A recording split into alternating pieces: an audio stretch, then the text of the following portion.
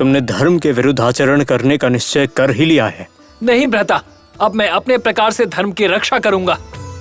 आपको 14 वर्ष का वनवास भेजने का जिसने षड्यंत्र रचा है, मैं उन्हीं वनवास भेजूंगा।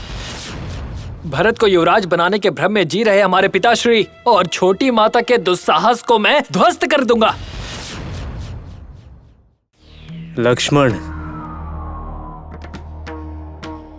काल के वश में आकर महामुनि विश्वामित्र को भी अपनी तप शक्ति खोनी पड़ी थी, तो क्या वो दुख मनाते हुए बैठ गए थे?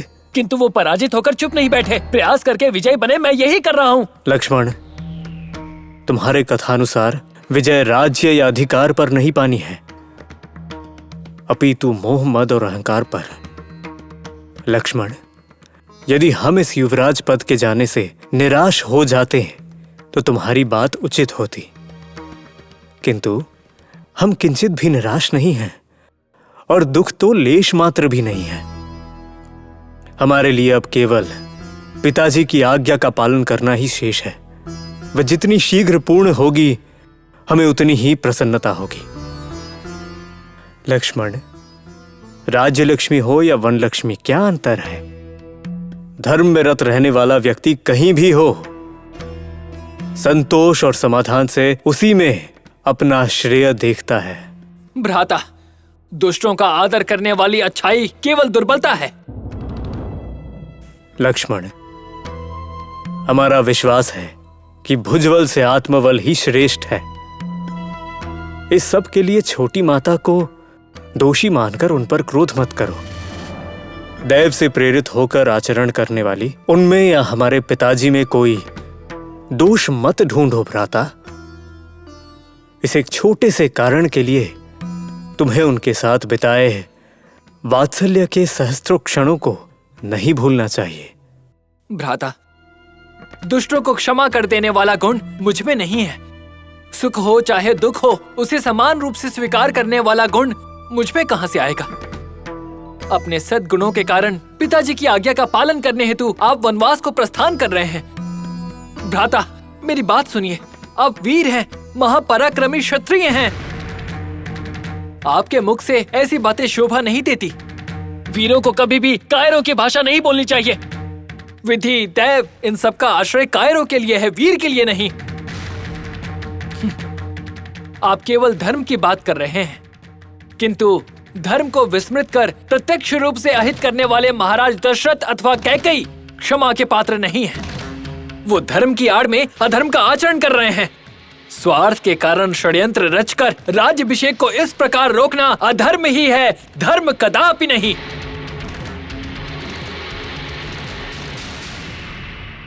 लक्ष्मण, तुम्हारा तर्क विचित्र है।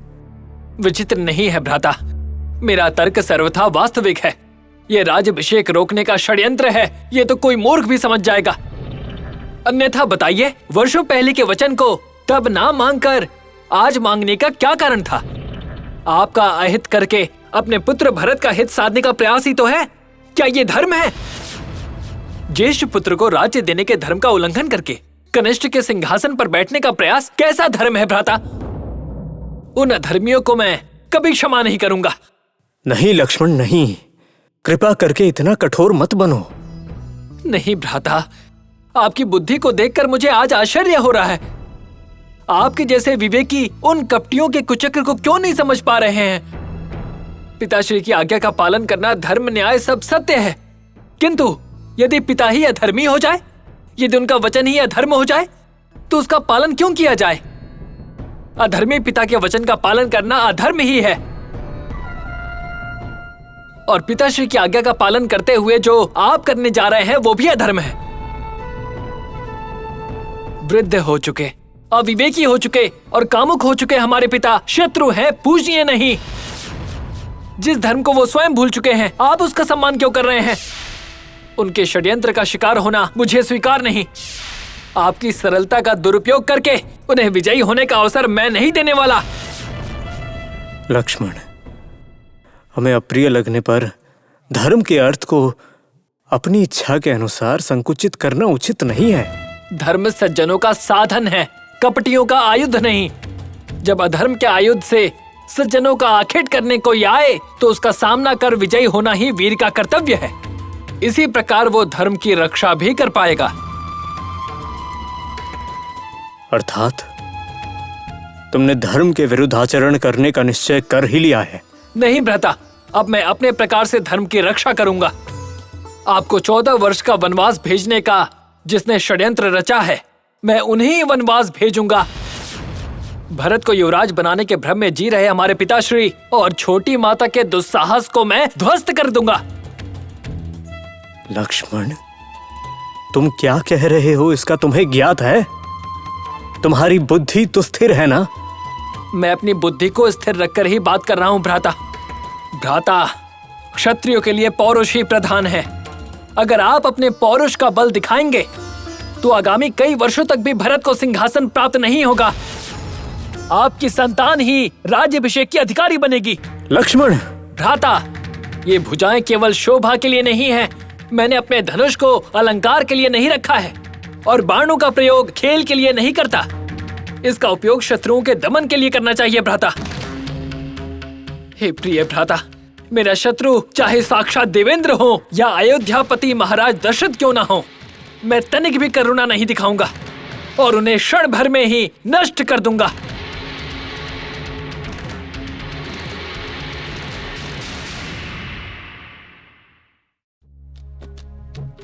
सखियों, इतनी देर तक मेरी बहन मेरा श्रृंगार करते करते थककर बाहर गई है। अब क्या वही कार्य आप सभी लोगों ने स्वयं करने का निश्चय किया है? माते, हम उनके द्वारा किए श्रृंगार को ही बस थोड़ा सा ठीक कर रहे हैं। उनका श्रृंगार तो कुछ समय पश्चात ही समाप्त हो जाता है ना। ठीक है, ठीक है। न जाने आप लोग क्या सुधार रही हैं। ठीक है, परंतु मेरे पति के आकर बुलाते ही मैं चली जाऊंगी। तुम्हारे श्रृंगार की प्रतीक्षा नहीं करूंगी।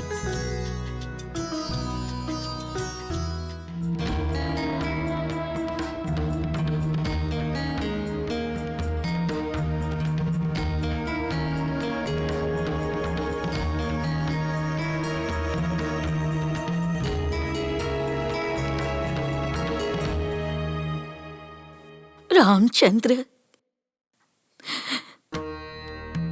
तुमने तो कभी दुख जाना ही नहीं। धर्मात्मा, सकल जीवों पर दया करने वाले चक्रवर्ती के पुत्र होकर बंजारों की भांति भटकना पड़ेगा। तुम्हारे समस्त सेवक इस राजभवन में मिष्ठान्न खाकर जीवन यापन करेंगे और तुम उनके स्वामी उस वन में कंदमूल खाकर जीवन व्यतीत करोगे। रामचंद्र वन जा रहे हैं, इस बात पर कोई भी विश्वास नहीं करेगा। सर्वगुण संपन्न रामचंद्र की ये गति हुई तो आगे हमारी गति क्या होगी? ये सोचकर अयोध्या की प्रजा भयभीत नहीं हो जाएगी? क्या उन्हें अनाथ होने की भावना नहीं सताएगी? माते, काल सब कुछ भुला देता है। कुछ समय में सारी भ्रांतियां मिट जाएंगी। तो यदि तुमने वन जाने का दृढ़ निश्चय कर ही लिया है तो मुझे भी अपने साथ ले चलो। मुझे ले चलो राम, मैं भी तुम्हारे साथ आऊंगी। नहीं माते, नहीं। ऐसी परिस्थिति में पिताजी को छोड़कर आना सर्वथा अनुचित है।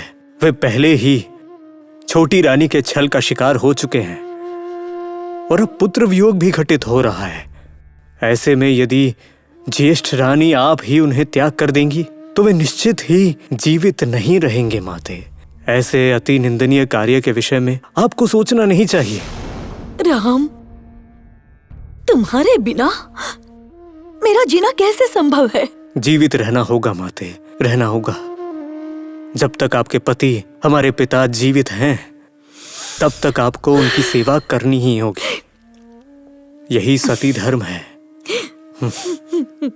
आपके द्वारा ज्ञात सती धर्म को हम बार बार कह रहे हैं। इसके लिए आप दुखी ना हो, किंतु पिता के वचन पर चलना हम दोनों का कर्तव्य है, यह सत्य है। आप कृपा करके इसे ना भूले माते। राम, मेरे लिए सौत के साथ रहना संभव नहीं है। मैं तुम्हारे साथ वन अवश्य आऊंगी। मुझे भी साथ ले चलो। माते,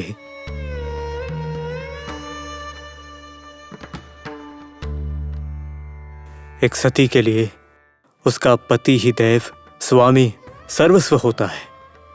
उनका त्याग करना सतीत्व पर कलंक नहीं है क्या? जब तक पिताजी हैं तब तक आप कभी भी अनाथ नहीं होंगी।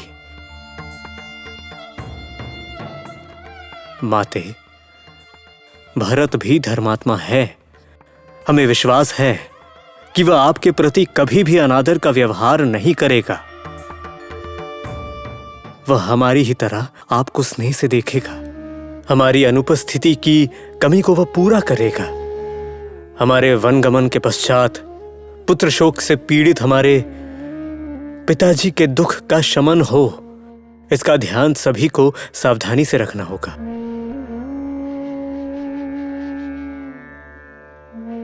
माते, कहते हैं पुत्र शोकं निरंतरं, किंतु हमारे लौटने तक उस शोक को आपको सांत्वना देनी ही होगी। इस अस्थाई शोक से हमारे पिताजी टूट न जाएं, यह देखना हम सबका कर्तव्य है। इसका ध्यान आपको रखना होगा। सीते राम कथा हृदयं